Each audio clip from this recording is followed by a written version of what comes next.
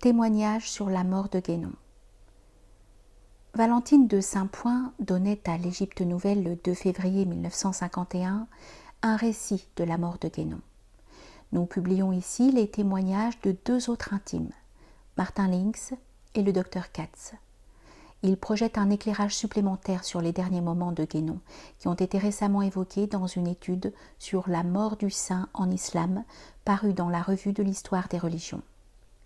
Le docteur Katz, évoquant ici ses contacts avec André Rousseau, nous consacrons un bref appendice à ce journaliste littéraire, semble-t-il marqué d'avoir croisé en son point ultime la courbe de vie de Guénon. Extrait d'une lettre de Martin Links à Fridtjof Schuon, traduit de l'anglais par Luc Benoît, le 11 janvier 1951. Je pense que vous avez déjà reçu la nouvelle de la mort de Cheikh Abdelwahid, qui, j'en suis certain, repose dans la grâce de la bénédiction divine. Tout ceci a été pour nous inattendu. Après la visite de Abd Sabour, je l'ai persuadé de voir un docteur. Il a tout à fait refusé de faire analyser son sang, mais cependant il s'est entièrement soumis à un traitement médical. Sa jambe, qui lui avait causé de grandes douleurs, paraissait de nouveau se rétablir et 4 jours avant sa mort, le docteur paraissait penser qu'il était hors de danger. Il semble être rentré dans le coma 24 heures avant sa mort, qui est dû, pense le docteur, moins à quelque affection particulière qu'à une déficience générale de différents organes, une espèce de sénilité corporelle prématurée, conséquence d'une complète sédentarité combinée avec une diététique inopportune. Sa dernière maladie a duré 1 mois. Pendant ce temps, il fut tout à fait inapte à écrire et il ne lut pratiquement rien, ne paraissant prendre aucun intérêt à son courrier. Pendant les derniers jours, il eut évidemment conscience qu'il était perdu.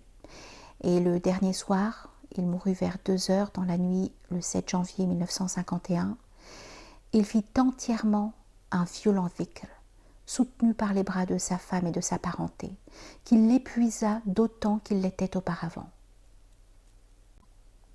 On dit que sa sueur avait le parfum des fleurs durant ce jour. Vers la fin, il leur demanda la permission de mourir, comme s'il pouvait choisir le moment de sa mort. Mais comme il le suppliait de rester encore un peu de temps, finalement il dit à sa femme « Je dois mourir maintenant, j'ai suffisamment souffert ». Et il dit « avec la protection d'Allah ». Et il mourut immédiatement après 2 invocations. Son chat, apparemment en parfaite santé, commença à gémir et quelques heures après, il mourait lui aussi. J'ai oublié de dire que le cheikh Abdelwahid, le jour de sa mort, déconcerta sa femme en lui disant qu'après sa mort, elle devait tout laisser dans sa chambre exactement comme c'était. Personne ne devait toucher à ses livres et à ses papiers. Il dit qu'autrement, il ne sera plus capable de la voir, ni ses enfants, mais que si sa chambre n'était pas dérangée, il pourrait toujours les voir, bien qu'eux ne le verraient point. Il se peut que le salut particulièrement cordial qu'il adressa à ma femme quand elle vint le voir 3 jours avant sa mort avait une profonde signification qu'elle a maintenant réalisée.